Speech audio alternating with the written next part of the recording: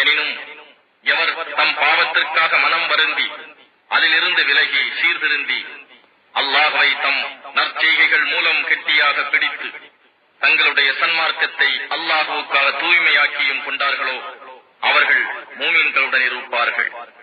மேலும் அல்லாஹ் மூமின்களுக்கு மகத்தான நற்கூலியை அளிப்பார். நீங்கள் அல்லாஹ்வுக்கு நன்றி செலுத்திக் கொண்டும் அவன் மீது ஈமான் கொண்டும் இருந்தால் உங்களை வேதனை செய்வதால் அல்லாஹ் என்ன லாபம் அடையப் போகிறான்? அல்லாஹ் நன்றி அறிவோனாகவும் எல்லாம் அறிந்தவனாகவும் இருக்கின்றான். அநியாயம் செய்யப்பட்டவர்களை தவிர வேறு யாரும் வார்த்தைகளில் தீயவற்றை பகிரங்கமாக கூறுவதை அல்லாஹ் விரும்பவில்லை. அல்லாஹ் நன்கு செவி உருவோனாகவும் யாவற்றையும் அறிபவனாகவும் இருக்கின்றான்.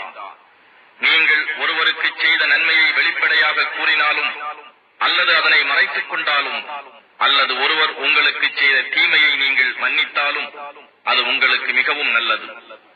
ஏனெனில் அல்லாஹ் நிச்சயமாக மன்னிப்பவனாகவும் பேராற்றல் உடையவனாகவும் இருக்கின்றான்.